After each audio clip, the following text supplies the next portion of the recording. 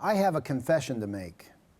A few years ago, on a farm I own in eastern Nebraska, I took 44 acres out of production on purpose. That's a lot. Where corn and beans once grew, I planted tall native grasses and wildflowers.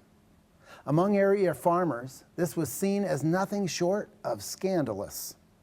Though the new plantings helped stabilize the soil in steep areas the previous owners should have never plowed in the first place, I took some heat for my little prairie patches. Must be nice to be able to leave money on the ground like that, one farmer told me. What a waste. If only he knew what I really had in mind. Butterflies.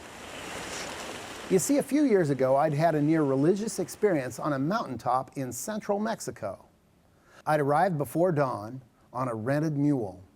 There, standing silently in the mist, were ancient fir trees so laden with monarch butterflies, their boughs literally bent under the weight. Can you even imagine how many butterflies it takes to make a tree branch sag?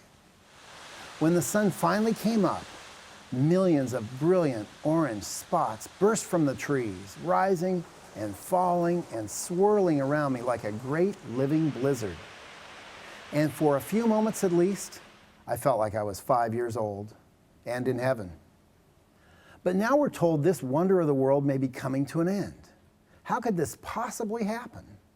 It's not terribly hard to figure out, actually. Monarchs only spend the winter in Mexico.